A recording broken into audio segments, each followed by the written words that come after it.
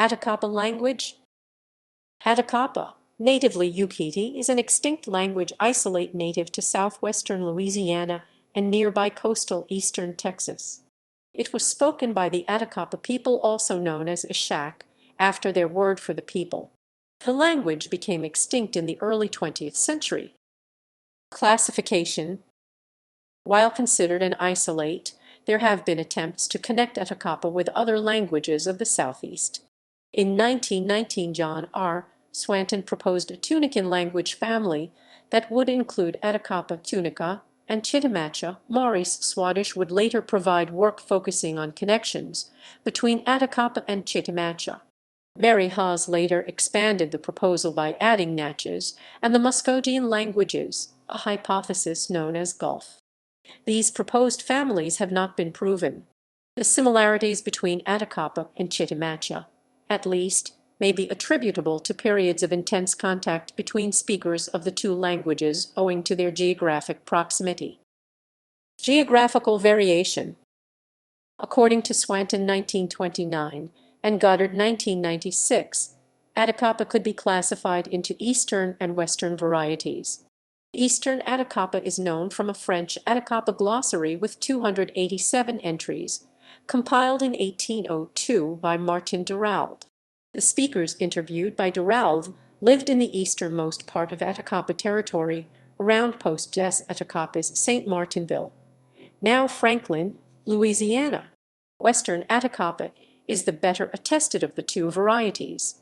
In 1885, Albert Gatchett collected words, sentences, and texts from two native Atakapa speakers, Lewis in Huntington and Delilah Moss at Lake Charles, Louisiana. John R. Swanton worked with another two speakers near Lake Charles, Tete Verdine in 1907 and Armogian Rian in 1908. Additionally, in 1721, Jean Beranger collected a small vocabulary from captive speakers in Galveston Bay. John Swanton argued that the Beranger vocabulary represented the Akakisa language, spoken by a people who lived somewhat inland from Galveston Bay. There is little evidence to support his assertion. Phonology.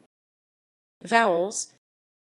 Atakapa has 5 vowels as presented in Swadesh 1946. Vowel length is not contrastive in Atakapa. Consonants. According to Swadesh 1946, Atakapa has the consonants presented in the following chart. Underlying /ng/ surfaces as k when it appears at the end of a syllable. Swadesh further notes that /m/ often surfaces as an or ng word finally in some adjectives, but irregular variations in Gatchett's writing preclude him from settling on any further conditions for this. Additionally, it is unclear whether /n/ is indeed a distinct phoneme from /ng/. If this is the case, argues Swadesh, then words containing final /n/ must have arrived in a later period. Consonant clusters consisting of a stop followed by a sibilant themselves arising from vowel epenthesis are generally contracted to /c/.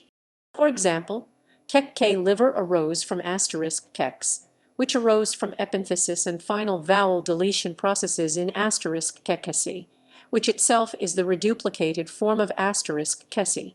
However, there are words in which the suffix -kes appears, suggesting that this contraction rule ran its course in an earlier period.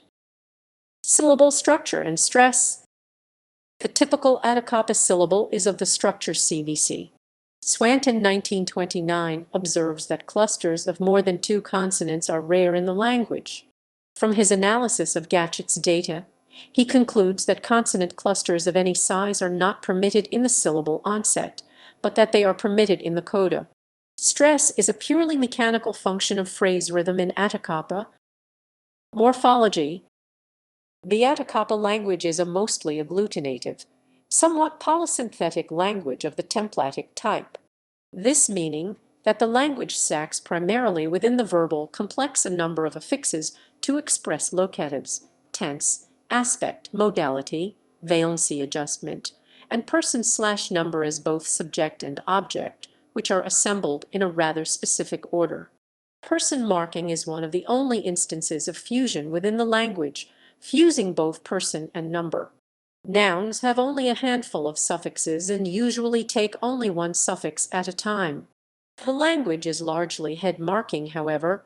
Reduplication of an adjectival stem tends to show dependent marking, as it often expresses the plurality of the noun it describes. Shak tall good man. Shak tall good men. Pronominal morphology. Object pronouns are prefixed to verbs, while subject pronouns are suffixed. There are independent forms of each pronoun as well in the first person singular and plural. This form appears to be distinct from either affix, but, in the second and third persons, the affixes seem to be related to the independent forms. Grammatical gender appears not to occur in Atakapa, though evidence for it in nearby languages, e.g. Chitimacha, has been found. The following table of pronominal forms is presented in Swanton 1919. In addition, Swanton notes the existence of a reflexive prefix hat and a reciprocal prefix hack. However, the reflexive form may be a circumfix rather than a prefix. Kaufman cites the example of hatyel so paint themselves, in which both hat and so indicate reflexivity. Nominal morphology. There are multiple ways to indicate a noun's plurality in Atakapa. Attachment to the noun of the suffix humeni, attachment to the noun of the prefix sak to indicate an indefinite plural, reduplication of the accompanying adjective, employment of the plural suffix in the accompanying adjective, and slash or verb, according to Swanton 1919, a noun forming affix nen or nan exists in Atakapa. Verbal morphology. The full order of morphemes within the verb complex is simplex is simplex is simplex is. Objective pronominal prefix. Locative prefixes if applicable. Verb stem. Plural suffix m or usative suffix u if applicable. Infinitive or emphatic suffix c if applicable. Future suffix tie if applicable. Aspectual suffixes, continuative k, intensional n, etc. if applicable. Assertive suffix s if applicable. Subjective pronominal suffix. Tense suffixes, past perfective at, past imperfective hinst if applicable. Negative if applicable. It is unclear whether or not a distinct class of auxiliary verbs exists in Atakapa. The difference between a stem plus auxiliary construction and a two-verb serialization construction is not well marked. Additionally, there is no mention of the assertive suffix, as in Swanton's work. Kaufman 2014 derives it by analogizing Atakapa and Chitimacha. Verb serialization. Verb serialization is a productive process in Atakapa.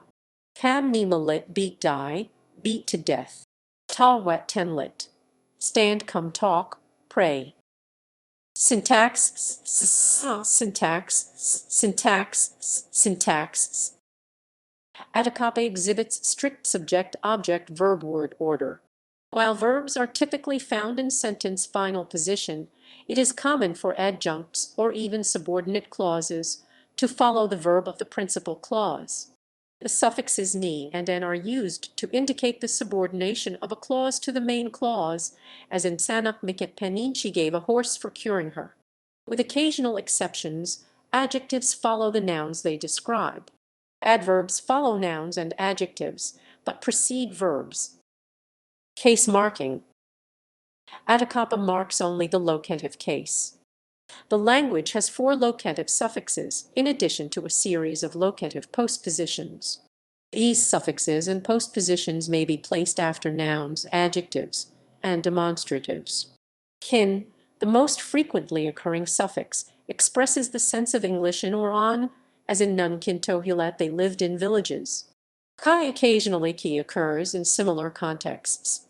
It corresponds roughly to English at, and is very commonly used with ni down to form nep, below. It generally parallels English with. Noun incorporation. Swanton 1919 asserts that noun incorporation is present in Atakapa, but he provides no examples of this. Deixis. 3 demonstratives serve as deictics in Atakapa. Ha or a, this co-present with the speaker. Ya, distant from the speaker. Ma, still more distant from the speaker.